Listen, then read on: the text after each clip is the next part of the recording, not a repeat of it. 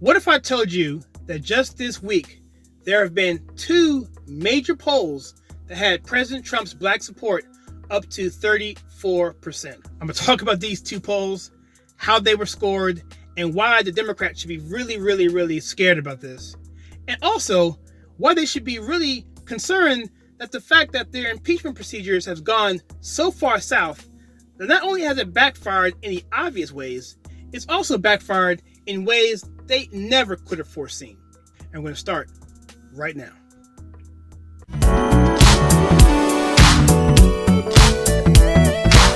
Hi, I'm Kyle. Welcome to my channel where we take culture, TV, and movies and we filter it right.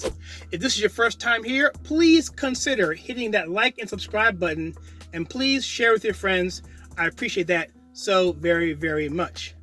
Now, as I mentioned in my introduction, the Trump campaign must be really happy today because two polls came out that had President Trump approval rating at 34% each. The first poll was Rasmussen, and the second one was Emerson. I'm going to talk about an article from PJ Media that launched today, and I'm going to read the entire article because it's a short article, but I want to go through it all, and I'm going to highlight specific points in there as to what they're saying. And I can pretty much say straight off the bat that they are square dead on all the points. This article is entitled, "Democrats Are Doomed. Two polls show support for Trump among African Americans at 34%. 34%. Let's take a moment right now just to ponder what that actually means.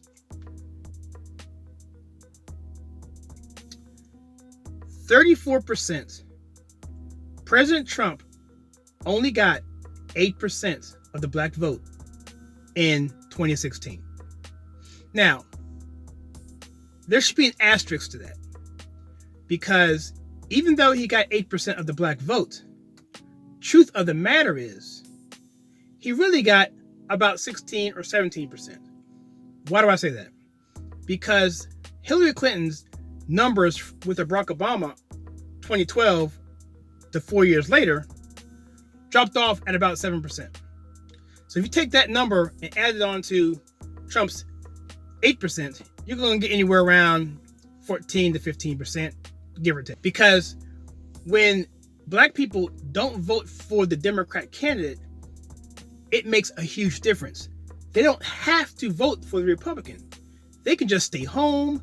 They can vote for a third party candidate. It doesn't matter, because when you have a party that relies on a particular group of people, the black population, at such a high number, 80 to 90% of people that they expect to show up to vote for them, when they don't show up, it's devastating. And so that's what I'm saying here. And now we're looking at a 34%. That is a total nightmare for Democrats. And so this article goes on to say this: in what one can only describe as disastrous news for Democrats, two different opinion polls find that among African Americans, support for President Trump is in the 30s. This number has been rising more or less constantly from a year ago, when it was in the mid-20s. Rasmussen explains on Twitter that one of the biggest differences between them and other polling organizations is that they look at likely voters instead of voters in general. Now, if you remember, a couple days ago, I did a video on the impeachment backfiring on the Democrats. In that video, I talked about the difference between registered voters and likely voters, and how likely voters is going to give you about a 7 or 6% increase in terms of accuracy over registered voters, because likely voters, they show up to vote. Okay. And so that is the difference. So when you go out and look at the RCP average, the Real Clear Politics average, you see that most of those polls deal with registered voters and not likely voters. That's a key point to note. Rasmussen put out this tweet saying, "Analyzing black likely voter support for President Trump. In our view, pollsters using live call from a stranger or so-called gold standard live survey techniques while simultaneously not dropping their likely voter screens are working today at a disadvantage." So what they're saying is this, is that when they do these live calls, these gold standard type of traditional polling, when they're going after these types of people who are just registered voters, they aren't taking them off of the likely voter status. And so therefore, they're lumping them together with likely voters, and it's giving them misrepresentation on their numbers. They go on to say, all American adults don't vote. A portion of registered voters also don't frequent national elections. That's why we invest the extra money to ask political questions to only likely voters, Rasmussen explains. And we do this using techniques to assure privacy, just like the voting booth. In other words, their polling mimics actual voting as much as possible. And yes, the result is that Rasmussen concludes the support for President Trump among African Americans is at 34%. So if you don't get anything else in this video, I want you to get this. Okay, what Rasmussen is saying is this, is that when they poll people, they ask political questions. They spend extra money to make sure they can get this exactly right. There's a reason why Rasmussen has been the most accurate poll of the past 8 or 9 election cycles. It's because they know what they're doing, and they don't take the monster vote for granted.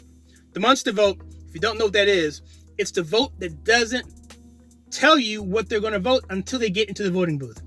It's the silent majority.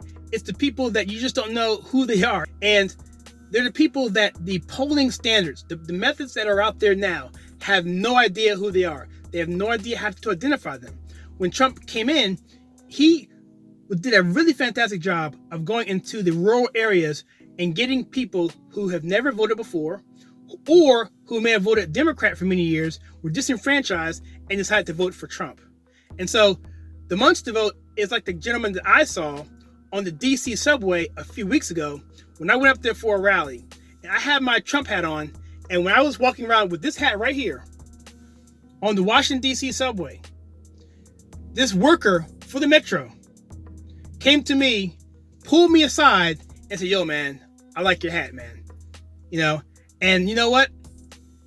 I got that all day. I got one negative, I will say, but for the most part, I got a bunch of positives, and most people were like, "Look, man, you know, I got you, man. I got you."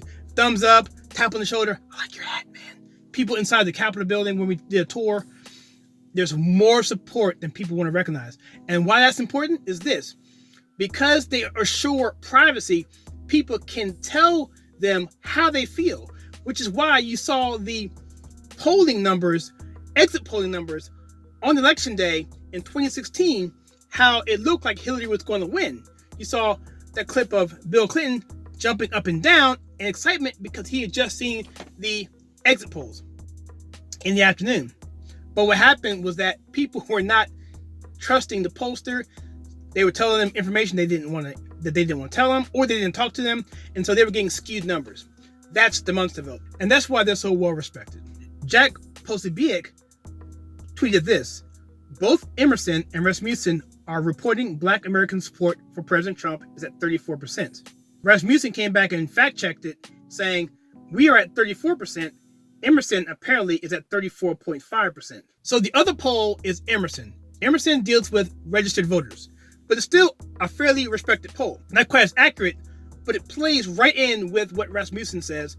In fact, it leads me to believe that maybe Rasmussen is actually underselling it, because you would normally see a 6-point bump for the likely voters versus the registered voters. So one could argue that Rasmussen could actually be higher. Who knows? But the fact that they're similar and it came out in the same week is pretty good indication that this is not an outlier, especially coming from two polls with two different kinds of skews, one registered and one likely. Rasmussen also said, last Friday, we showed Black likely voter approval for @real Donald Trump at 34%. When we found out a recent widely quoted @Emerson polling registered voters base poll showed Black voter approval for POTUS at 34.5%. Then the article starts to talk about why this is, why it's such a big deal for the Democrats not to have such a stronghold on the Black vote. They wanted to say this: support for Trump among African Americans poses a major threat to the Democratic Party. Democrats have done horrendous among white voters for ages. The only way for them to actually win a presidential election is to destroy Republicans in the view of minorities, especially among blacks and Hispanics, and to get close among whites. If these polls are correct, Democrats are already doomed, as Real Clear Politics explained last year. Even at 20% African American support for Trump would all but dismantle Democratic Party presidential hopes for 2020. Hillary Clinton lost the 2016 election with 88% of the black vote. That was about a 6-point fall off from Barack Obama's share of the black vote in 2012. So, I've said this before in my channel here, and there's some videos out there that say the exact same thing. It's not rocket science, it's the truth.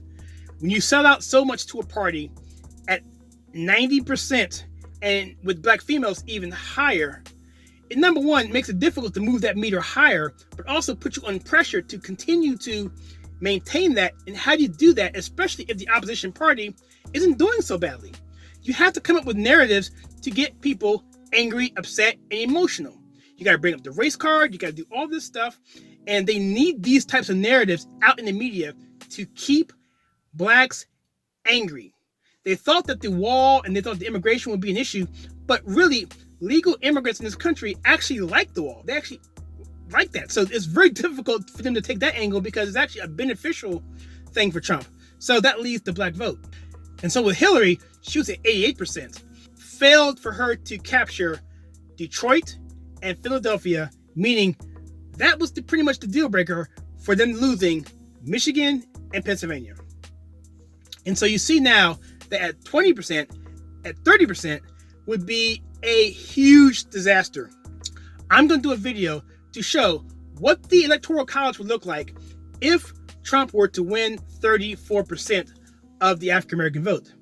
I may even, as a bonus, put in there what would it look like if Trump also won the Hispanic vote, which currently right now is somewhere around 38%, which also is pretty amazing. Which, by the way, is 10% higher than it was in 2016 of his actual turnout. Yes, even a small drop in African American turnout or anything less than the usual 85 to 90% supermajority for a Democratic presidential candidate on election day can prove fatal. In fact, as Red State rightfully puts it, it will be fatal, especially since support for Trump among Hispanics, another key Democratic minority group, is rising too. According to Emerson, 38.2% of Hispanics now approve of the president's performance. Note, in 2016, 28% of Hispanics reportedly voted for him. A 10-point increase among Hispanics in the South would be a game changer. And add to that, the 16-point percentage increase among African Americans in President Trump's reelection seems increasingly likely. And so I did a video about Hispanics votes being around 50%. There were two polls. I recognize that those could probably be outliers. I did that video. I'll leave a link ahead, but check that out. The Hispanic vote has been really, really good for Trump early on in the year. And so right now it's somewhere around 38%. And as the article said, that in of itself will be a game changer without anything else changing. And so who can we possibly blame for all this and why?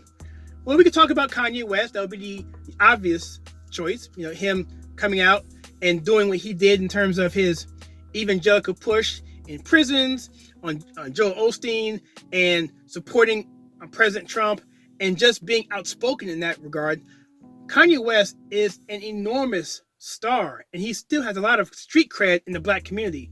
And if Kanye West can do it, it puts an idea in people's heads. And look, maybe we don't have to be so narrow focused and closed-minded. So that could be part of it.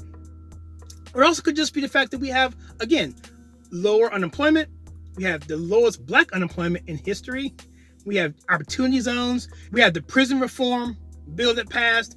And we have the testimonies from people who have benefited from that. We have the pardons of prominent black figures.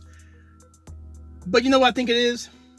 What can I guess? What has happened in the past 2 weeks to make me think that this could be, the impeachment proceedings, of course. You know what? I think as an African American myself, as a black man, we don't like seeing people being duped. We don't like seeing people being set up by the man. We don't like to see people being taken advantage of. We don't like to see people railroaded. And that's what we're beginning to see, I think, in this impeachment hearings. We see it all the time in our community, and now we're seeing it with the president. So what that he's a white billionaire? So what that he's being demonized in the media? So what that he's being called whatever? The fact is, eventually they got to sit back and say, you know what? This can't all be true. I mean, they lied about this. They lied about the Russiagate. They lied about the Ukraine. There's nothing going on in terms of evidence. They're holding back witnesses. They are preventing lawyer representation in all of this. And yet we're seeing that our lives haven't changed. We're still doing pretty good. I have more money in my pocket. And this whole scenario that was painted back in 2016 that the world's going to come to an end hasn't happened. So a percentage of those people who are free thinkers, who see people like Kanye, who look around like Candace Owens, the Brexit movement, the walkaway movement on social media, is always that one conservative comment that no matter which you're at, is going to show up on their feed. And they're going to see that and they're going to have to rectify that. They're going to have to quantify that. They're going to have to reconcile that in their mind. Why is this person saying something so radically different that I don't hear anywhere else, but it makes sense? And those people are the remnant that are going to cause the ripple effect across the Black community. And so that's what I think is happening. And this impeachment procedure, this impeachment circus is keeping this injustice sentiment alive. Just my thoughts here. President Trump tweeted out this: support for impeachment is dropping like a rock down into the 20s in some polls. Dems should now get down to work and finally approve the U.S.-Mexico-Canada agreement and much more. He's exactly right. The Democrats are holding down legislation and other things that can be done for hoaxes and things that just the American people don't care about. Black Americans have been pushed aside every 4 years. We know it. It's the elephant in the room, pardon the pun, that blacks know that every 4 years, they're just going to be taken for granted. Black people for decades see the elephant as too large to eat, but at the same time are choking on the donkey. And a person like Trump, who's a populist, who doesn't care what he says, who in the 80s and 90s was like the man. Black people know that Donald Trump was the man. No one called Trump a racist when he was coming up. He was the epitome of lifestyle, of bling, of hip hop. I mean, wrestling, sports entertainment, whatever you want to call it. He was out there and everybody wanted to be like Donald Trump, especially young African Americans. Barack Obama even said to live the American dream is to be like Donald Trump. It's just where it was. And so with Trump being who he is and being the man and having this attitude the way he is, that he commands respect. And he comes out, he's outspoken. He says, what do you have to lose? He tells the truth. And people can respect that. You may hate him for it, but you look at it and say, you know what? That kind of hurt, but you know what? He's right.